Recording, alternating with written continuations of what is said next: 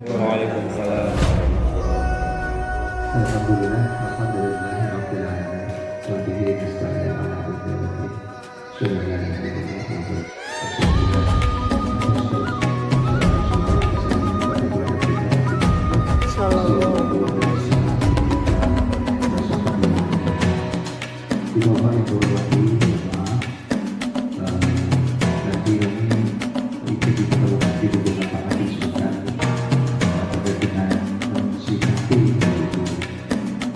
Situasi bisa kondisikan yang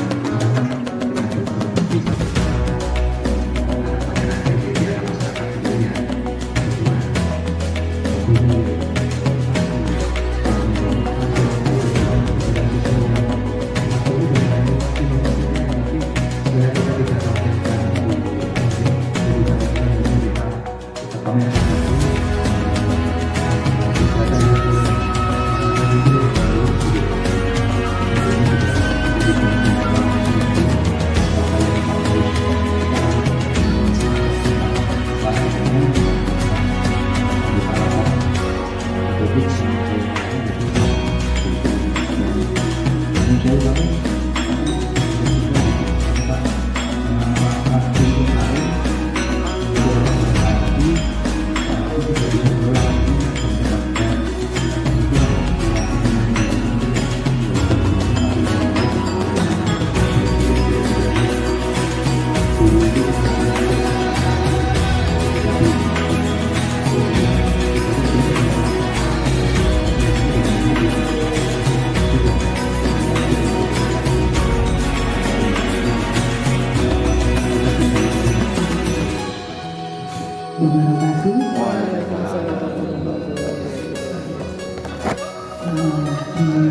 Hari apa itu? Hari Kamis.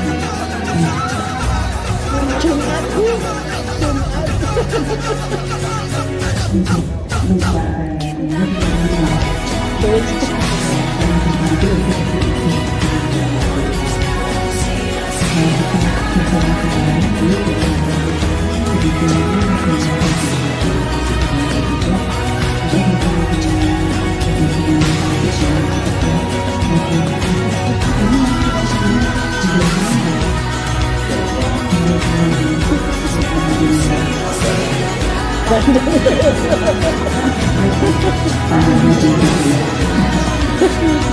Lupa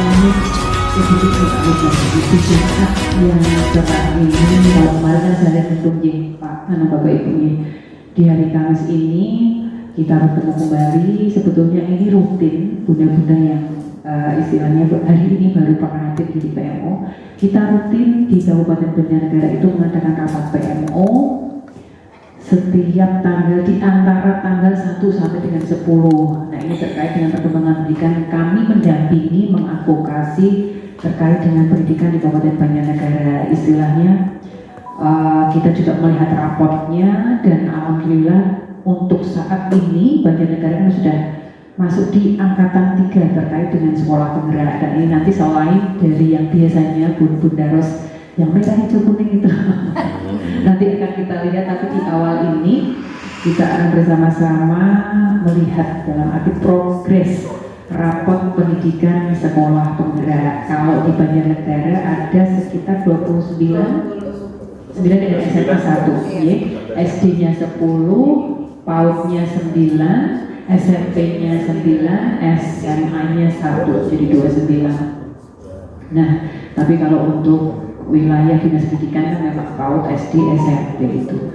Harapannya biarpun nanti kalau Bapak Ibu melihat angkanya sudah bagus, jangan terlena, karena apapun harus kita jaga jangan sampai itu nanti turun karena akan berpengaruh. Kalau yang sekolah penggerak berarti tersebar, ada yang di kota, ada yang di desa wilayah, dan ada yang main-main. Kalau SMP malah Oh gitu, yang di dalam malah nggak ada. kosong.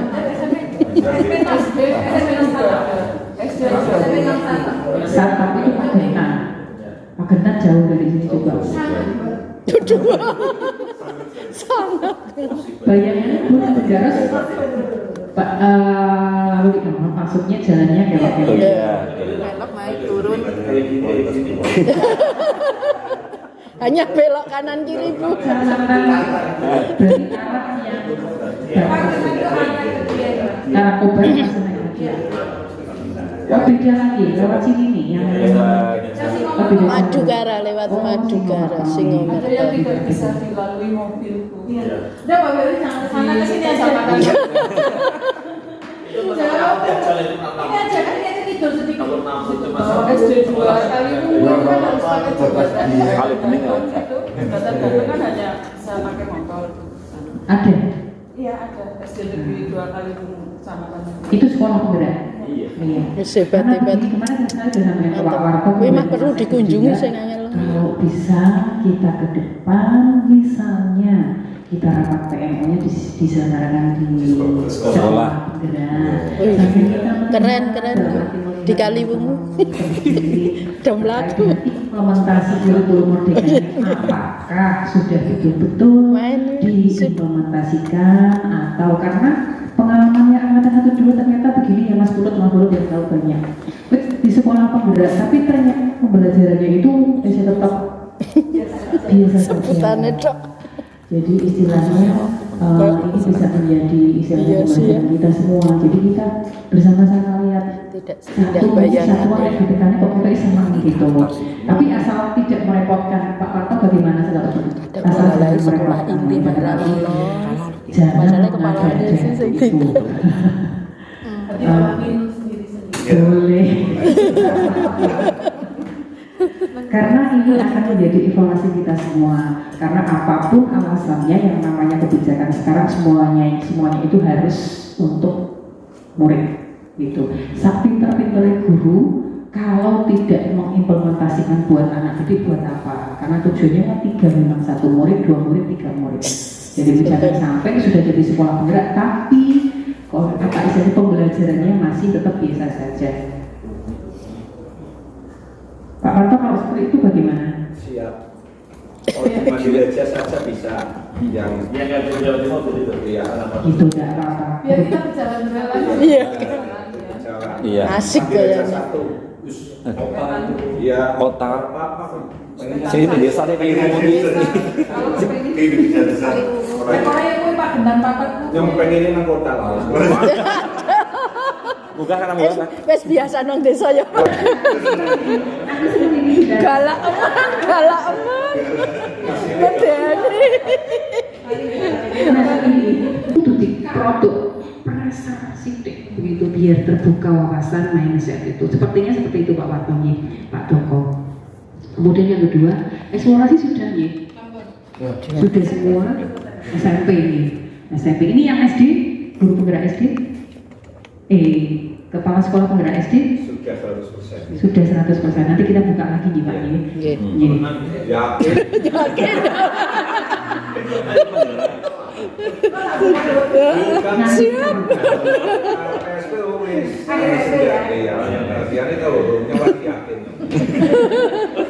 Nanti kita buka Pak. Paut lah belum. Udah derang. Sulingjar mungkin kalau PAUD nanti antara bulan Agustus September sepertinya. Oke Pak Agus. Kemudian yang ketiga sudah melakukan identifikasi Mas Yoga, selamat pagi.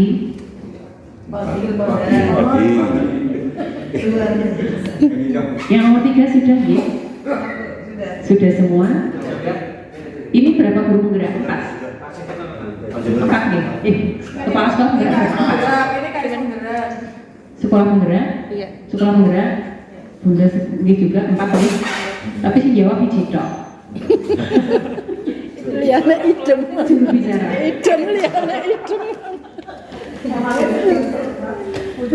Karena begini, jangan sampai sekolah penggerak itu malah dilewati yang bukan sekolah penggerak. Jadi paling nggak bisa menjadi contoh. Nah, angel. Itu. Angel.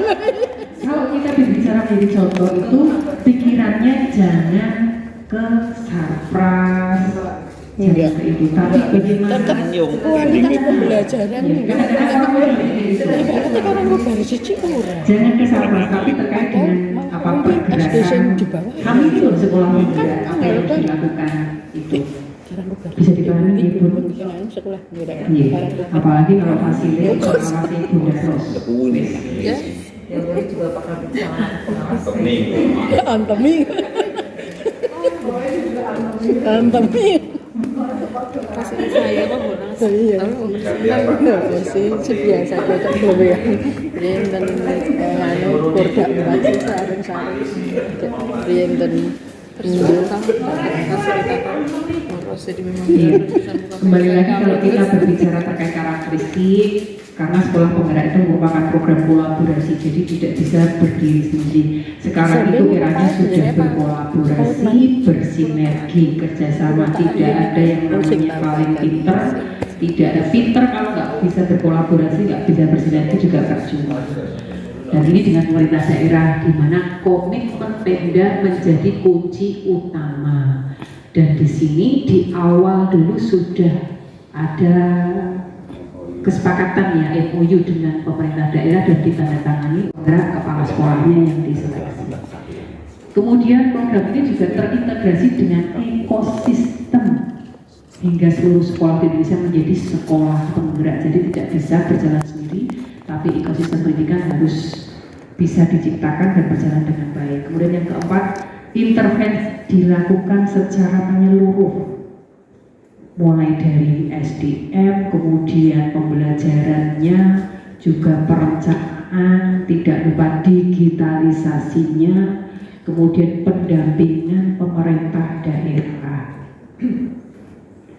Kalau pendampingan di Pemda pemerintah daerah dalam hal ini Distipora sepertinya besar kurang-kurang ya Pak Warto, Pak Joko, Pak Agus, Mas Yuga itu mengalokasikan sampai lemu terus bilangnya itu nanti lemu karena mikir teman-teman yang di satuan gitu.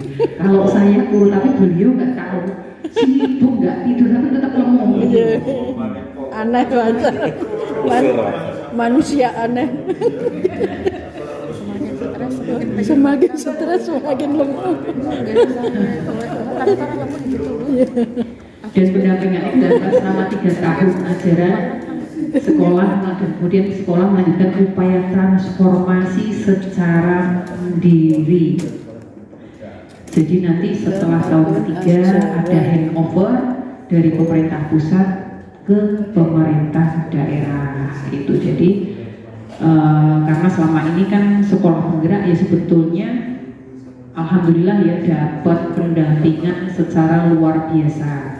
Kemudian juga mendapatkan skill itu kurang ngopo. Kalau sampai belum apa yang diupayakan oleh pemerintah belum sampai ke murid itu kok ya istilahnya kebangetan ya Bunda Rosmi, dalam arti contohnya pembelajaran kok isi biasa wae itu harus apa istilahnya melebihi dari sekolah yang lain dalam arti yang tidak sebagai sekolah penggerak.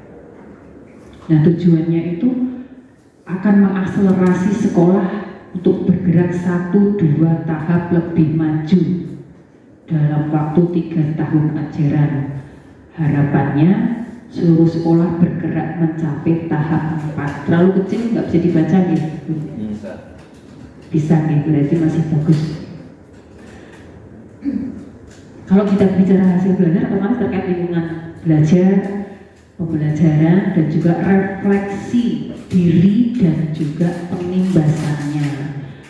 Di tahap 1 itu kurang dari 3 tingkat di bawah level yang diharapkan.